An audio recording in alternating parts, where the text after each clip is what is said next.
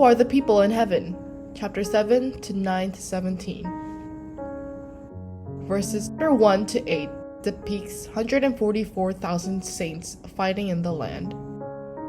Verses 9 to 17 show a great multitude that no one could count enjoying rest in the heavenly temple. Verses 9 to 14 introduce a great multitude that no one could count, and verses 15 to 17 record the blessings enjoyed by the great crowd in heaven. Verse 9 to 10. After this, I looked, and there before me was a great multitude that no one could count, from every nation, tribe, people, and language, standing before the throne and in front of the Lamb. They were wearing white robes and were holding palm branches in their hands, and they cried out in a loud voice, "Salvation belongs to our God, who sits on the throne, and to the Lamb." What does a great multitude that no one could count mean? It represents the fulfillment of the promise made to Abraham to form a great nation that cannot be counted. It has the same meaning as the words thousands upon thousands and 10,000s times 10,000 in chapter 5 verse 11, and also the same number as all of God's people, the 144,000. What does every nation, tribe, people, and language mean?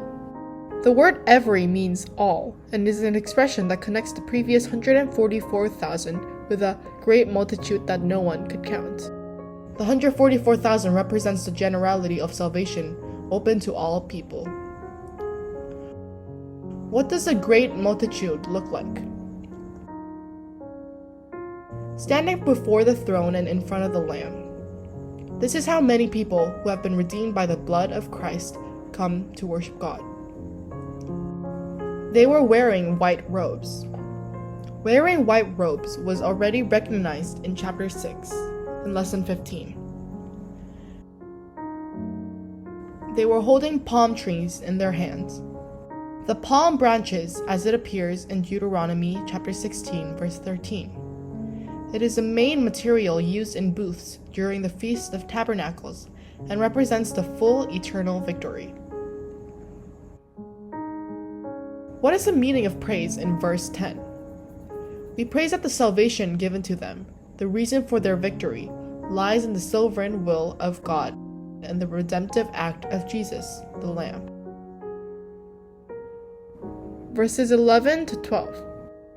All the angels were standing around the throne and around the elders and the 4 living creatures. They fell down on their faces before the throne and worshipped God, saying, "Amen.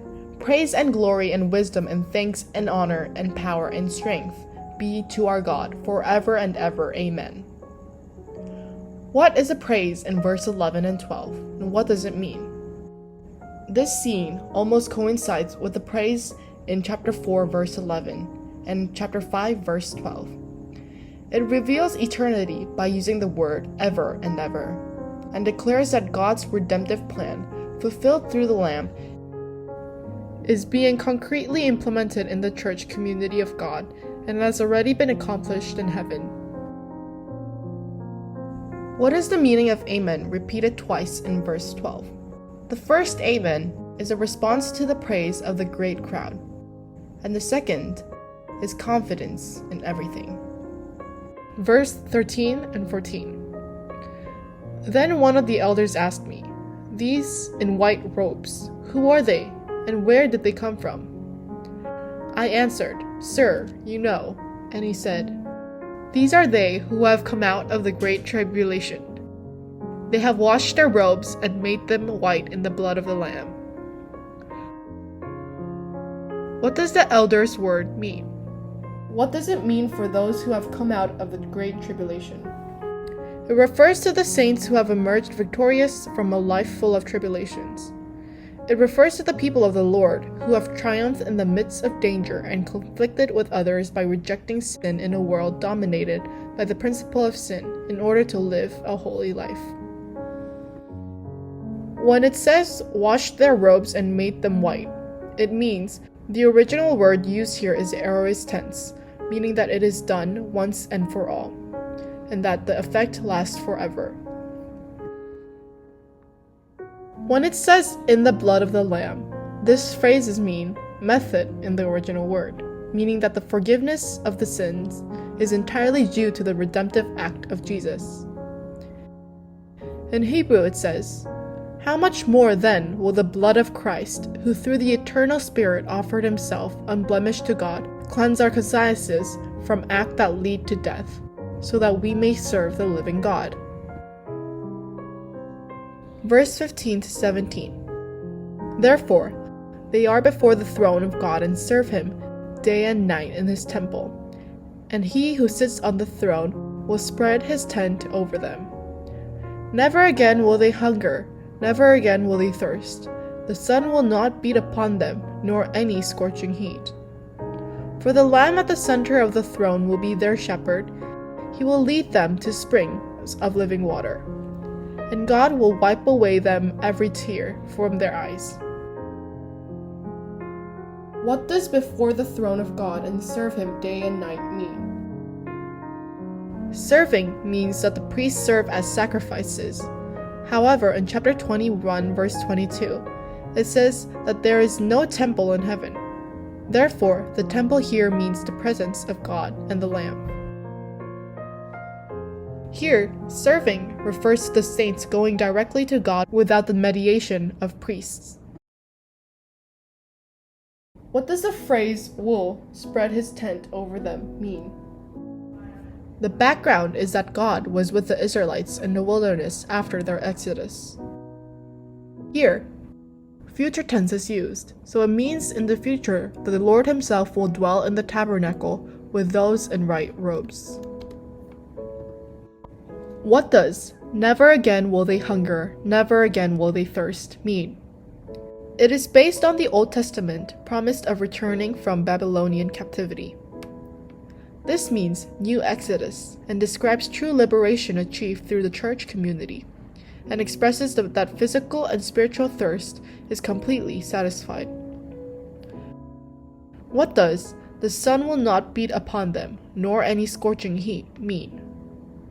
In the original language, it means painful heat, indicating that there will never be pain like on earth. What does verse 17 mean?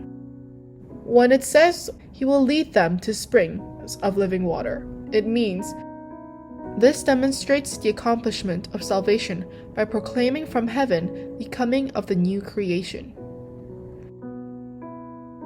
When it says, "and God will wipe away them every tear from their eyes," it means God rewards their years of suffering and tears caused by persecution with beauty, peace, rest, and heavenly life without thirst. The contents of chapter 7 appear as shown in the table below.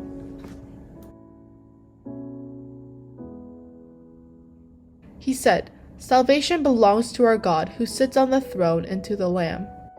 This shows that judgment is a fulfillment of salvation for God's people. The things that humans are founded on are not eternal and will eventually shake, crumble, and fall. But for the saints, the Lord will ultimately wipe away all their tears. Only God is the subject and eternal. The center of that history is Jesus Christ. 1. Who does the uncountable great crowd refer to? 2. What are the blessings enjoyed by those wearing white robes?